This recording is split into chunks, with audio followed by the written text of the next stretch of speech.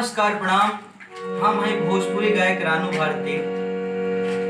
आप लोग के एगो वीडियो के माध्यम से एगो बात बता देना चाहतनी कि हमने के यही भारत देश के बिहार राज्य के एगो बबुआ बीमारी से जूझ रहल बड़े,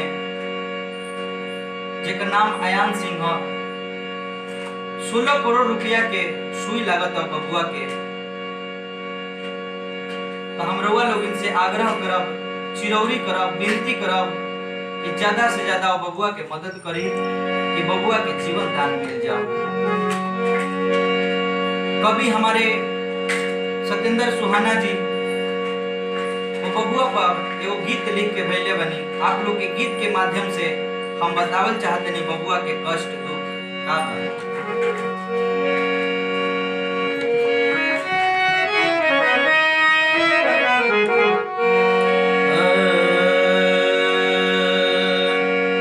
अरे का कहीं कोई सा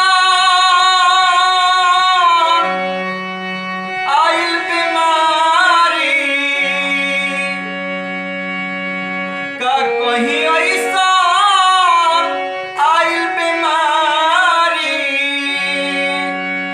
बबुआ आयास के बढ़ल लाचारी, सुन के अखिया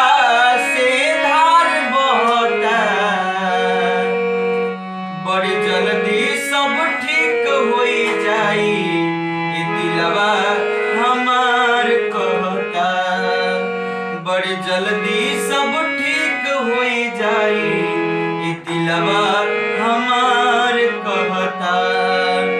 का कहीं ऐसा आइल बीमारी, बबुआ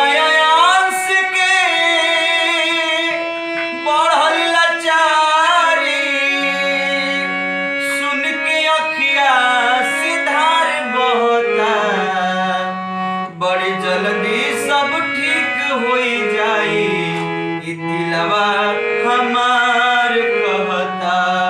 बड़ी जल्दी सब ठीक हो जाई, ये दिलवा हमार कहता।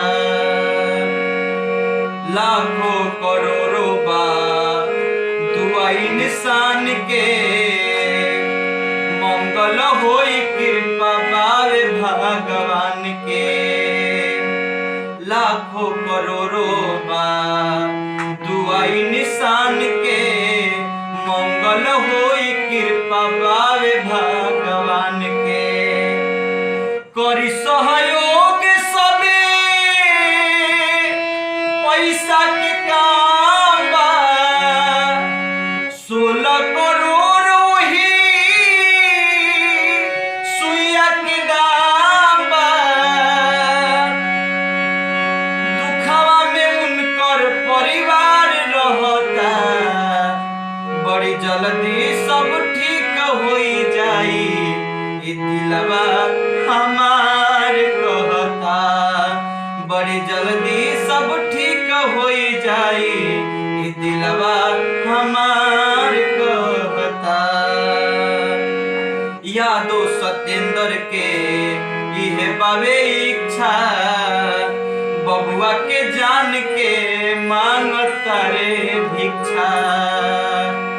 भारती रानू के इहे बावे इच्छा, बबुआ के जान के मांगता रे भिक्षा।